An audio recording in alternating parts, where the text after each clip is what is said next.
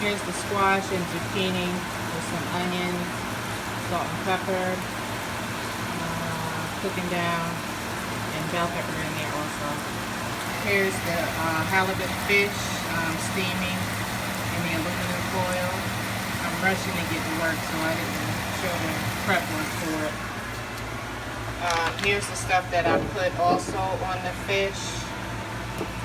Orange marmalade, some capers, some rice vinegar, and some fish sauce. So I have the quinoa here, the tricolor quinoa, and I put that in my rice cooker with, I measured it with 2 of these, cups of these, and then 4 waters. So I'm not going to add any fresh herbs, no oil, no nothing. Once I'm done with that, and the quinoa cooks, I'm going to get ready to chop up some pickled beets and add the pickled beets to my quinoa. I don't know, that tastes really good to me.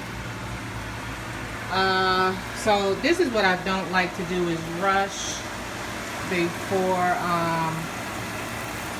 going to work, you know, without looking at all my ingredients in the book. I do want to get to that daily, Monday through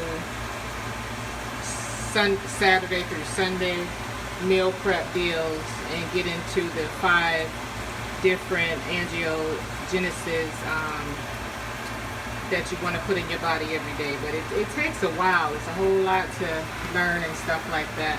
I was a little bummed out. I wanted some olive oil and I can't find the 3 olive oils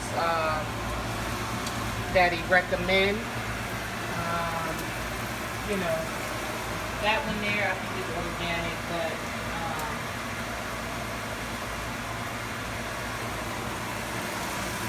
there's 3 olive oils that you want to get to make sure you're not eating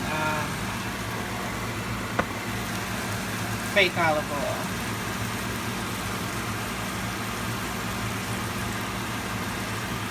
And those 3 are page 306 to 307.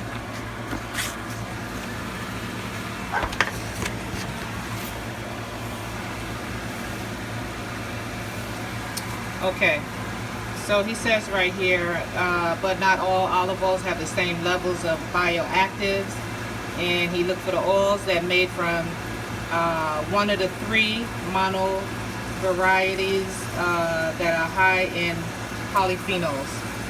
So the 3 are, you see it right here, KORONEIKI, or PICUAL, or MORAIOLO.